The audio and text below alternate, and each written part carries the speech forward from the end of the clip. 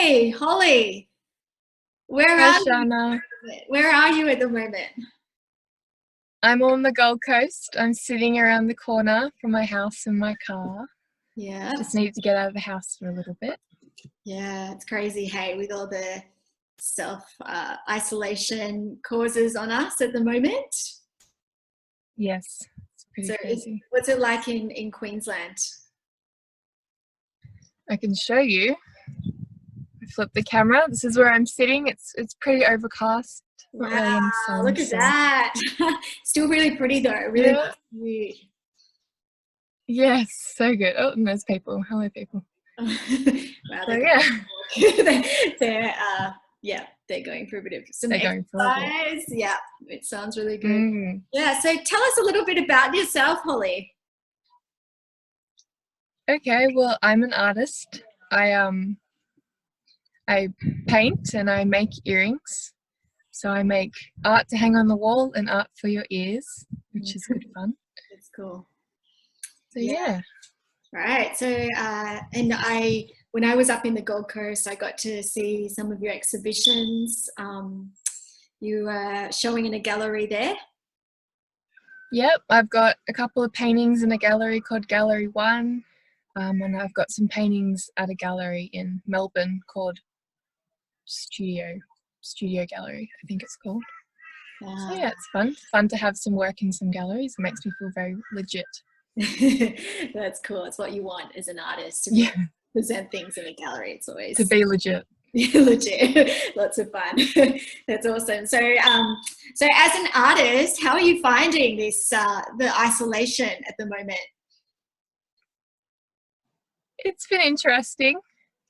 It's hard being, I've been working from home inside, and then all of a sudden I'm supposed to be inside and I can't really go out. So it's kind of like I can't go out and have a break at the mall or see my friends really. So I'm actually stuck inside, and so it's really hard. Yeah. Oh, So I absolutely. haven't really been painting much. I've been mainly making earrings and um, yeah, I've been going for long walks. As you can see, there's a bike behind me. Yep. Can see the So bike. It's good. yep, Being active. I go for long bike rides. Yeah. And so, what's one of the current artworks that you've been working on at the moment? Well, it's funny you ask, Shana, because I actually have one right here. Wow, how strategic. So this is my most recent painting. Yeah. Wow, As you can see, that's cool. yes, so get a look at that. Yep. I made this artwork by double exposing a flower on a model's face. Um, yeah, it's pretty much been the only painting that I've done in this time, Mm-hmm. and yeah, I Yeah. like it. So why is that painting meaningful to you? Is there like a bit of a story behind that painting or? Yeah, I mean, when I started, I thought it was just a pretty picture. But as I was painting it, I kind of realized, I was like, wow, this is like a really good representation of mental health. And I Mm. was thinking about thoughts blooming. I was like, I'm feeling so positive. Wow, this just must be what I'm going through. Because I realized when I'm not happy, I paint sad things. And when I am happy, I paint flowers on heads. Yeah. Um, so I just thought it's a really good illustration of a happy thought life. It's double exposed. It's like smushed together with a photo, two photos smushed together. So it's I think I was trying to show thoughts blooming, good thoughts and Mm. positive vibes. Wow. Yeah. Thought life is really important, isn't it? Especially as an artist, how to rewire and take control of those thoughts. And Yes. Holly, you are a good one to talk about mental health because you have had a bit of a journey with people around you with mental health. Is that correct? Yes, I do.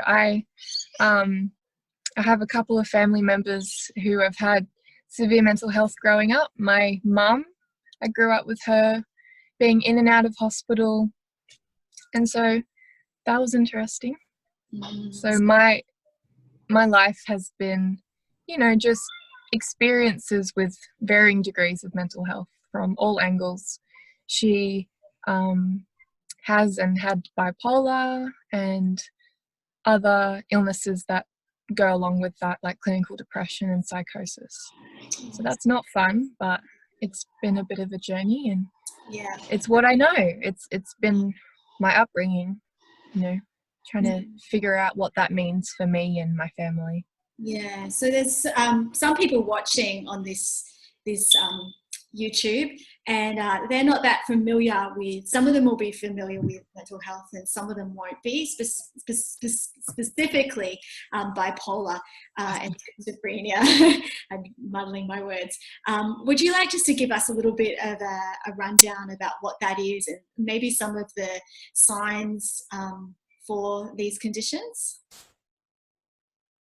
Yeah, so what I kind of figured out as I was learning and watching really what was going on in my family, I noticed the highs and the lows. There's it's a mood disorder, so with bipolar there's really, really high highs, usually hyperactivity, sleeplessness, super, super motivated to just do everything, fly to the moon and back.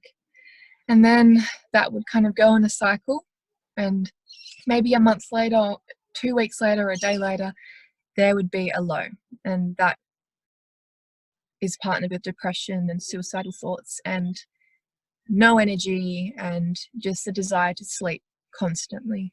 So yes, there's that up and down, and psychosis, that's another ball game. I'm not, I don't really know, but I do know what I just described just from my observations over my life. What are some of the tips that you find that are helpful with supporting people around you? And now I'd also like to note that you're not a psychiatrist, or so you are not medically trained, but you know, having to have relationships in your life affected by these illnesses. What are some ways that you have found helpful in supporting those people around you? Good question. So I have found that just understanding what I'm dealing with really helps. Understanding the cycles of what's going on, and actually what it's like to be on a low and what it's like to be on a high. And I think dealing with that, it's kind of hard, and it helps to know what's going on in any situation. Yeah. Yeah, that's really good. So having knowledge and the right tools, sounds like that would be something that would be quite helpful to you. Yes, I have found that talking to people who are qualified to understand and give me advice has been really helpful. Yeah. It's helped me understand a lot about myself, because obviously if you're raised by someone with mental illness, you're going to be different. You're going to have a different life and understanding to other people. I mean, I'm sure more often than not there are people that have parents with mental illness, and it's really hard, and it's easy to feel alone in that. And so I found talking about it with professionals and just having friends that support me and listen has been really good. Yeah, that's really good. And so what are some of the ways that you also look after yourself? I guess you've touched on some of those, like having good friends around you, but what are some other tips that you find just helpful for yourself? For me personally, I go for long walks. I walk for hours. It helps me get energy out. I also cycle, as you can see, the bike, and I'm a Christian, so I just pray and I process, and I just walking works for me. Walking and talking. I'm a external processor, so the more I talk, the the easier it is to me to actually figure out what I'm feeling. Yeah. And you know, art helps as well. Creativity is me getting it out, is me processing. Yeah. So all of the above. It's really good, It's yeah. good. And we've been talking a bit too, just between ourselves too, about the importance of really speaking up about mental health and well-being, and about how everybody is unique and individual. And I love that, Holly, that you are being a voice for mental health, as somebody who has lived the journey, but also coming through the other side of it. So what are some things that you are doing at the moment that you are really excited about? Well, at the moment, I'm partnering with you in Arts Care. Oh, wow, that's so cool. Yeah, that's an exciting thing. And yes, we are talking about and organising workshops virtually and in person when the epidemic ends. Just on art classes and how to deal with mental health and stress, and really bringing a positive light on, how we deal with our minds and how to creatively let all these emotions out. Mm. That's really good. That's really helpful. And yeah, I think that's going to be really powerful for the industry to have a place to come, especially through social isolation. I feel that at the moment too, people have a lot more time, and it's so helpful to be able to use creativity in a positive way, to be able to share your stories. So yeah, thank you so much, Holly, for being so vulnerable and sharing a bit of your journey. And also for anybody out there who's watching and you might feel like you are struggling with mental health, or somebody who is, just Holly, do you have any tips for them about where they can go to get help, or kind of just some tips for them of how to kind of stay sane during this crazy period of isolation? All I know is that finding someone you trust is really important to talk to. And the worst thing you could probably do is keep it all inside and just think, oh, it's nothing, like nobody cares. But people do care, and it's really important to have community. Mm. And I think one thing to remember is this will pass. It's not a forever thing. It's a temporary thing. You will have jobs again, you will have friends again, and you will be able to go to the shops again. Mm. And there will be rice again and Woolies and toilet paper. Yeah, toilet paper is back on the shelves. Yeah. No, yeah, that's right. And it's just speaking to the right people as well, people who are going to be the right voice in your life, and making good decisions during this time, not doing anything rash. Because I think sometimes when we feel like we're forced in a certain direction with lockdown and feeling that isolation, it's easy sometimes to be trapped in making decisions that might not be helpful. So I love that you say reaching out to safe people is a really good one, and also just keeping those normal routines and staying active and physically looking after yourself as well, which is all really good for mental health.